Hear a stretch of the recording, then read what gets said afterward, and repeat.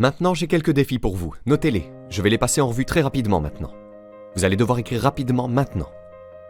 Voici le numéro 1. Examinez vos performances, qu'il s'agisse de communication ou d'une activité ou du fait d'être PDG ou d'un travail.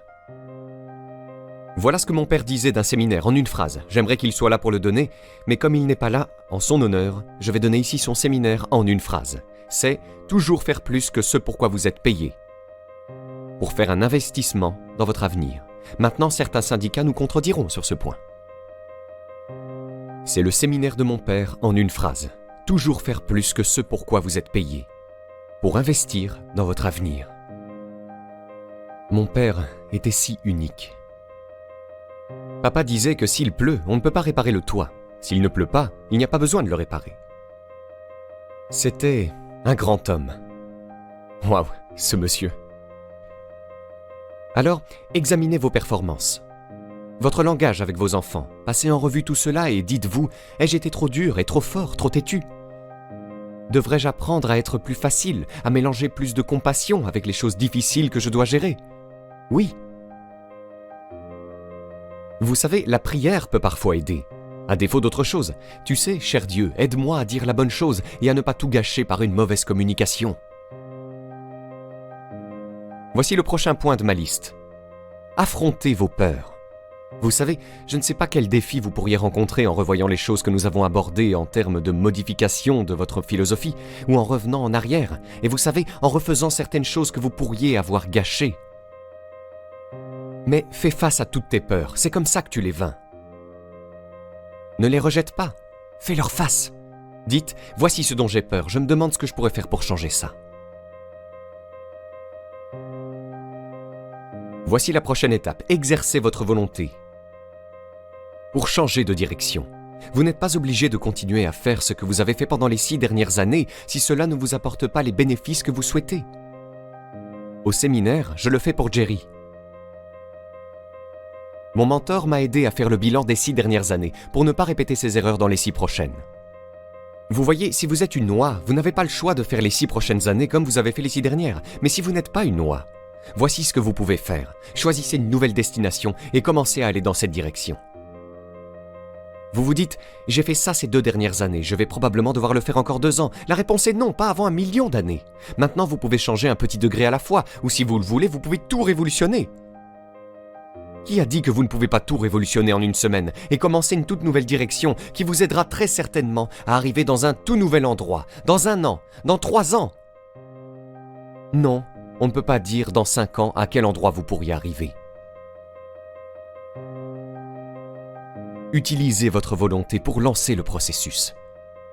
Juste la volonté de changer un peu ou de changer beaucoup. Tout le monde peut changer. Vous n'avez pas besoin de répéter l'année dernière. Nettoyez les erreurs. Investissez maintenant dans l'année suivante et regardez la différence. Voici le prochain, c'est important, et les parents doivent le faire. Nous demandons à nos enfants de le faire, mais nous devons le faire. Admettez vos erreurs. Parfois, il faut les admettre aux autres. Voici quelques-uns des meilleurs mots de la langue anglaise. Je suis désolé, I'm sorry. La raison pour laquelle ce sont de bons mots, c'est que ça peut démarrer une toute nouvelle relation. Ça peut faire prendre à 2 personnes une toute nouvelle direction. Je suis désolé. Simple, facile, pas facile. Mais si vous le faites, le retournement de situation peut être spectaculaire et les premières années peuvent être très payantes. Et voici le plus important, admettez vos erreurs à vous-même. Vous n'avez pas besoin d'en parler à tout le monde dans le voisinage. Mais ça ne fait pas de mal de s'asseoir et d'avoir une conversation avec soi-même et de dire « Inutile de me faire des illusions. Voilà où j'en suis vraiment. J'ai des sous dans ma poche et rien à la banque. » C'est ce que j'ai dit après que l'éclaireuse ait quitté ma porte. J'ai eu une conversation avec moi-même. Et j'ai dit que je ne voulais plus que ça arrive. Suivant, affinez vos objectifs. Je ne sais pas quelles ambitions vous avez eues jusqu'à présent, mais ce week-end serait un bon moment pour commencer le processus. Nous allons parler de notre atelier sur les objectifs avant la fin de notre session ce week-end. Peut-être que cela vous aidera à vous stimuler pour fixer des objectifs plus élevés, atteindre un but plus élevé, aller au-delà de ce que vous pensiez pouvoir faire. Mais d'ici la fin du week-end, vous pourriez doubler, tripler ou quadrupler le nombre d'objectifs, de buts et toutes les choses que vous pensez pouvoir accomplir. Vous pourriez les multiplier par 10 d'ici la fin de notre séance dimanche. Voici le suivant, croyez en vous. Oui, vous devez croire en Dieu. Et vous devez croire en la communauté. Et vous devez croire aux possibilités. Vous devez croire en l'économie. Vous devez croire que demain peut être meilleur qu'aujourd'hui. Mais voici le plus important, croyez en vous. Il n'y a pas de compétences que vous ne puissiez apprendre. Il n'y a pas de discipline que vous ne puissiez essayer. Il n'y a pas de cours que vous ne puissiez suivre. Il n'y a pas de livre que vous ne puissiez lire.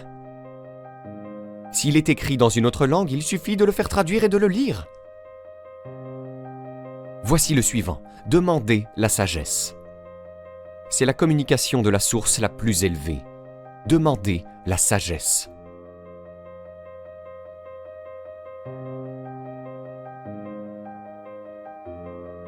Demandez la sagesse qui crée des réponses. Demandez la sagesse qui crée la foi pour croire que les choses sont possibles. Au temps du roi Salomon, il y avait le dilemme de deux mères qui réclamaient le même bébé. Et la question était, à qui appartient ce bébé? Cette mère dit que c'est le mien. L'autre mère dit non, c'est le mien. Salomon a dit, apportez-moi le bébé. Ils ont apporté le bébé et il a levé l'épée. Il a dit que je vais couper ce bébé en deux et donner une moitié à cette mère et une moitié à cette mère. Et alors qu'il levait son épée, la vraie mère a dit en sanglotant, non, non, non, ne coupez pas le bébé en deux. Donnez-le à celle qui n'était pas la vraie mère. Salomon dit, maintenant, je sais qui est la vraie mère. Vous voyez, c'est si sage. Et le moment était si dramatique. Mais Salomon, le plus sage des sages, savait quoi faire pour régler l'affaire. Demandez la sagesse pour faire face aux défis d'aujourd'hui et de demain, pour faire face aux défis que votre famille vous apporte. Ne souhaitez pas que ce soit plus facile, mais que vous soyez meilleur. Voici le point suivant, conservez votre temps. Je dois apprendre à le faire. Combien de temps me reste-t-il? Pas une réserve illimitée. Combien de ces week-ends puis-je faire? Pas un millier. Juste quelques-uns, peut-être une poignée. Parfois on se fait avoir. Bill Bailey dit, la personne moyenne dit qu'il me reste 20 ans à vivre. Non, Bill dit, vous avez 20 fois plus de temps. Si vous allez pêcher une fois par an, vous n'avez plus que 20 fois pour aller pêcher, pas 20 ans. C'est de la supercherie, j'ai 20 ans, non, 20 fois. Tu vois, ça ramène à la réalité. 20 fois. Combien d'autres séminaires comme celui-ci? Pas un millier, quelques-uns, juste quelques-uns. Alors, est-ce que je marmonnerai et trébucherai? Est-ce que je vous donnerai moins que le meilleur de moi-même alors qu'il ne me reste plus que quelques séminaires à donner? La réponse est non, bien sûr que non. Si vous êtes une personne digne et de qualité, vous ne laisseriez pas cela se produire. Ensuite, investissez vos bénéfices. Nous allons en parler maintenant avant la fin du week-end, sur l'indépendance financière. Et je vais vous donner d'excellents conseils. Voici l'une des philosophies que M. Schoff m'a donnée, avec Mary Kay. Voici ce qu'il a dit. Les profits sont meilleurs que les salaires. Les salaires vous font vivre, les profits vous font faire fortune. Mary Kay et moi sommes allés jusqu'au bout. Waouh! Pourrions-nous commencer à faire des profits tout en gagnant notre vie? La réponse est oui. Je suis devenu fou. En voici un autre point maintenant. Protégez votre famille. Les temps sont durs, même s'ils l'ont été pendant 6000 ans. À l'école, les temps sont durs. Je connais une merveilleuse mère et un merveilleux père qui ont eu 2 garçons. À l'école, ils ont pris 2 directions différentes. L'un est devenu un citoyen modèle et l'autre est allé en prison. Waouh! Protégez votre famille du mieux que vous pouvez, contre les dangers cachés, contre les méchants qui rôdent. Voici le point suivant, vivez avec intensité. Vous pourriez aussi bien monter d'un cran ou 2 après ce week-end. Pourquoi pas? Investissez plus de vous dans tout ce que vous faites. Soyez un peu plus fort, un peu plus sage. Augmentez votre contribution à la vitalité.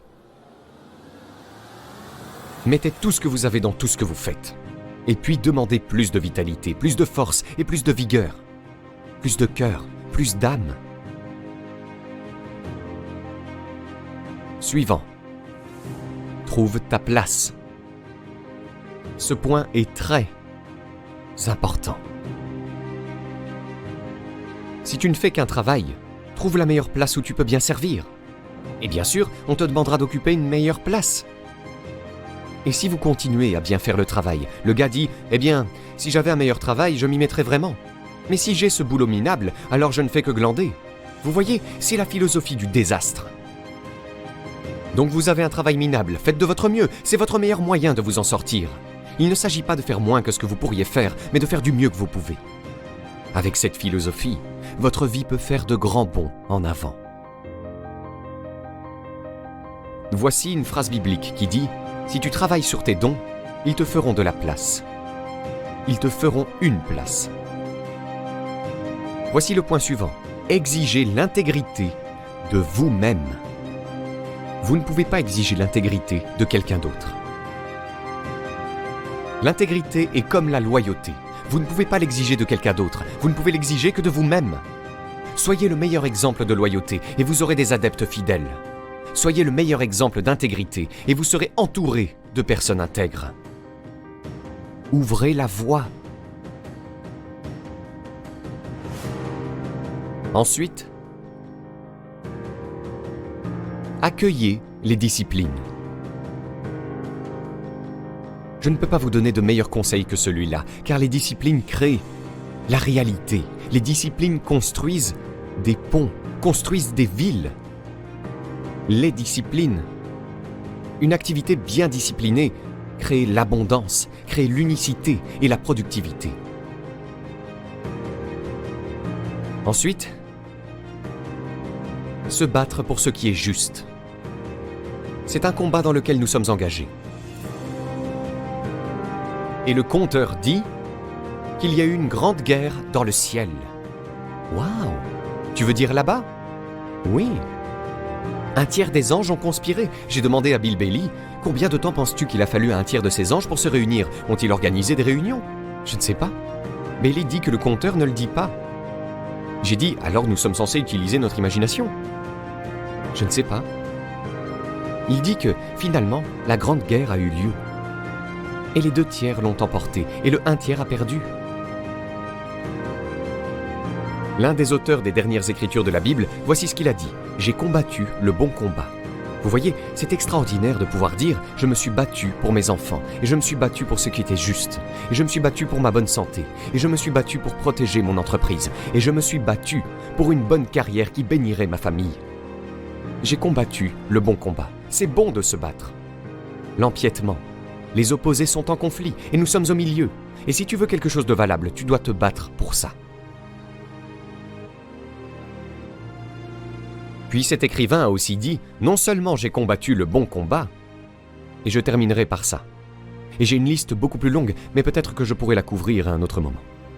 Il a dit « J'ai combattu le bon combat, et j'ai gardé la foi. » Vous voyez, c'est ça le truc. Gardez la foi avec votre famille. Battez-vous comme des fous et gardez la foi. Combattez l'ennemi et gardez la foi. Combattez la maladie et gardez la foi. Combattez le mal et gardez la foi. À présent, vous pouvez obtenir gratuitement notre nouveau guide des 5 étapes pour fixer et atteindre votre objectif le plus ambitieux à 100%. Et si vous avez aimé cette vidéo, cliquez sur le bouton j'aime et abonnez-vous à la chaîne maintenant pour ne rien rater.